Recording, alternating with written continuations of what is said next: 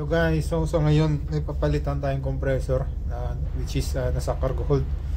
So na-measure natin yung resistance to ground niya. So sa lahat ng phase, so meron siyang mababang resistance. So ibig sabihin grounded na ito na. Kaya papalitan natin. So bago tayo magpalit, isasara muna natin yung mga service valves, suction tsaka discharge. At dito napansin din natin na yung contactor para sa compressor, so nag-stack up na rin. So papalitan din natin ito ng bago.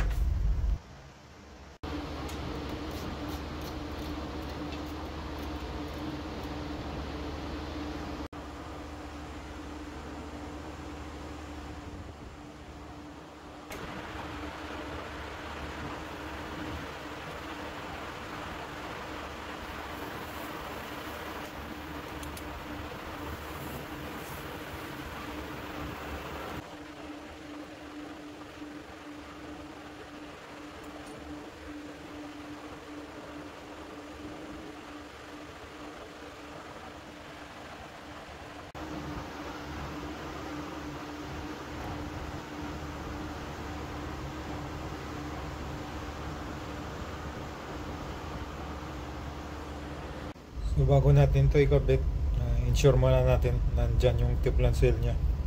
So suction tsaka discharge ito.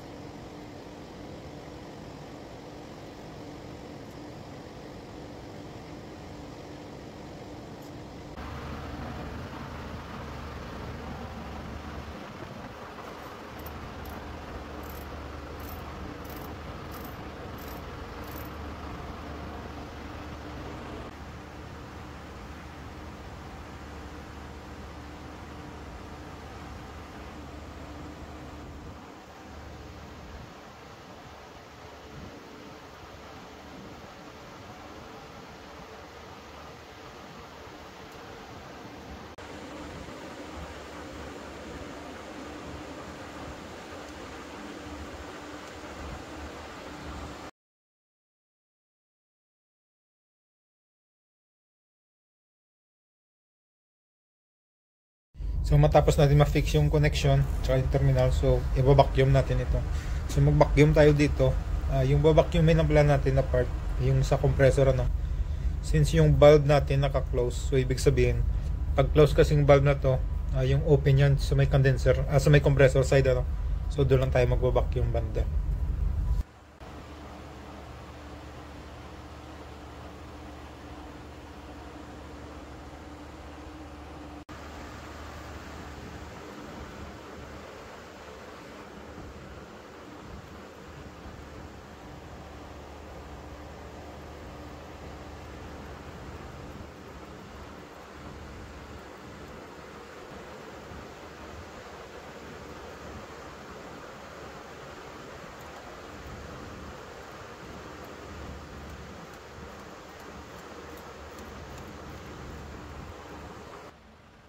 So pagkatapos natin makabit at ma-vacuum, so switch on na natin yung power.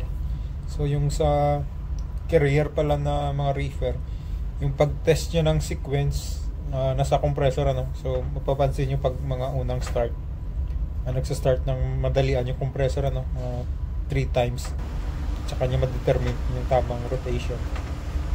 So hindi katulad sa Starpool, yung fan yung ginagamit niya, yung evaporator tsaka yung condenser fan sa tamang rotation. So sa Carrera naman, yung compressor niyang ginagamit.